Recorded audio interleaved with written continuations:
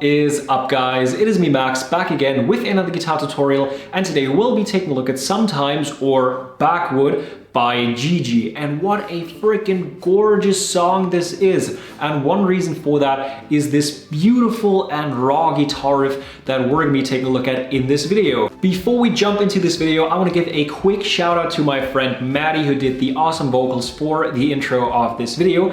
And I wanna give a quick shout out to myself actually, because I've just created a brand new TikTok account on which I'm doing like mini tutorials, guitar tips and tricks, all that sort of stuff. So be sure to check both of those links out down in the description. And now without any further ado, let's roll. We are in standard tuning, but we do need a capo, and we put that onto the 3rd fret on our guitars and we're good to go. And we're gonna kick things off by taking a look at the chords we will be using in this song, and we only have 3 of those in the entire track. And our first chord is going to be a D sharp major 7, looking like a C major 7 thanks to our capo here. So we take our 2nd finger, which is the middle finger, and put that onto the 5th fret on the 4th string. Then we take our 3rd finger, so the ring finger, and put that onto the 6th fret on the 5th string. And now we have to mute the 6th string, so the lower E string here, and we do that by taking our thumb, wrapping it around the top of our guitar neck here, and slightly touching that 6th string. That's the D sharp major 7. And next up, we've got a G minor, looking like an E minor, once again thanks to our capo here. We take our 2nd finger and put that onto the 5th fret on the 5th string, and 3rd finger goes onto the 5th fret on the 4th string. So we go D sharp major 7, G minor, and last but not least, an A sharp. That will look like a G now, and we've got our 1st finger on the 5th fret on the 5th string, 2nd finger on the 6th fret on the 6th string, and 3rd finger on the 6th fret on the 1st string. So it's D sharp major 7, G minor, and A sharp. You could also play an A sharp 6, so that would be the exact same thing with our 1st and 2nd finger, but we would just leave our 3rd finger off. I think that the A sharp, the actual A sharp, is a bit more fitting here, but she kind of plays around with both of those, so none of them are wrong technically. Now we have to solve the 2 big riddles this song kind of throws at us guitar-wise. What order do we use those chords in, and what rhythm do we use? And both of those aren't that easy to answer, because it isn't just your run-of-the-mill like pop song or something that repeats the exact same chords in the exact same order with the exact same rhythm, but instead we've got a lot of artistic freedom going on here, which is what makes the song so special. And we're going to start off by taking a look at the rhythm, and since there isn't this one correct rhythm throughout the entire song, we kind of have to take a look at a bass rhythm here that works throughout the entire track, and from there it is kind of your choice what you want to do with that. You can stick to that, it totally works, or you can change things up, switch it up, and do whatever feels right for you. And that bass rhythm sounds like this.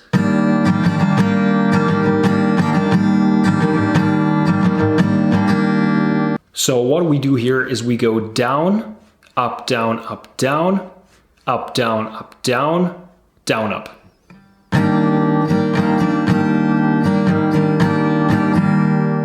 Just like that.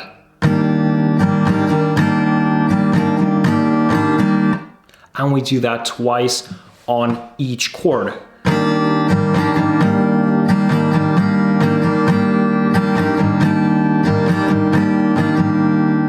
And when it comes to the strumming, you don't really have to strum like the entire chord. We pretty much focus on like those bass strings, so these 6th, 5th, and 4th strings. So it's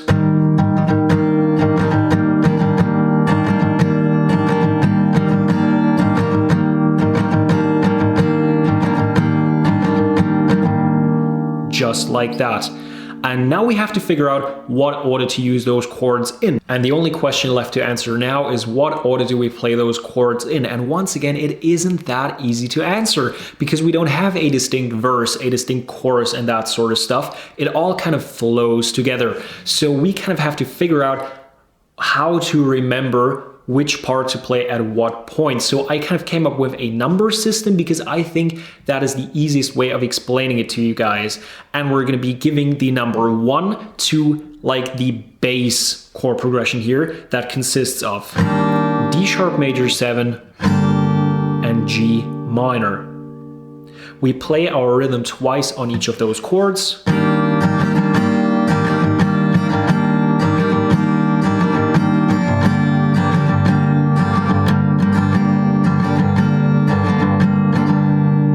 And that is our number 1.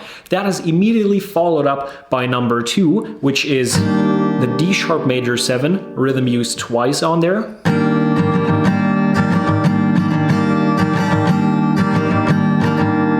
Followed by the G minor, rhythm only used once now.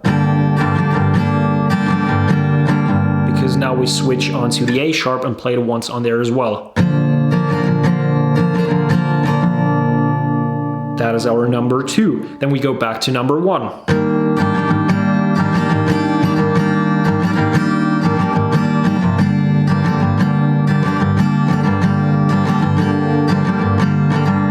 Back to number 2.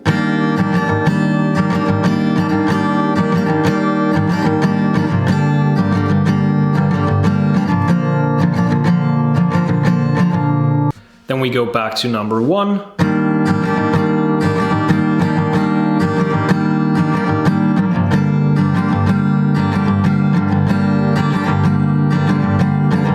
And now we meet number 3, which is just the A sharp on which we play the rhythm twice.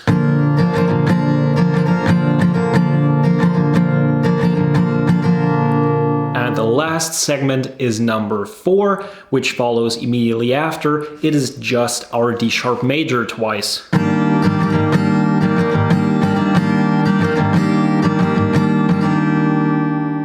And from here on out, it's just a game of numbers. You know what number stands for which chord progression. And we followed up by going back to number 2, then number 1, and then we go back to number 3. So our A sharp twice, number 4, our D sharp major twice, and then we go back to number 1 finally. So D sharp major and G minor, go back to number 3, so the A sharp, number 4, so the D sharp major again, or D sharp major 7 if you will, then back to number 1, D sharp major 7 and G minor, and then we go back to number 3 and finish it off on 1 down strum on our D sharp major 7. I know it sounds awfully complicated, but trust me, it is just something you have to get the hang of. Just write it down yourself or play along to this a couple of times with like the numbers on screen still, and you'll get it down in no time. It's just a matter of getting used to it. And now we're done. I hope you guys enjoyed this video. If so, drop it a thumbs up. Helps me out more than you might think. And if you haven't done so already, go ahead and hit that subscribe button. It is somewhere down there. And as always, I hope that I will see you guys next time.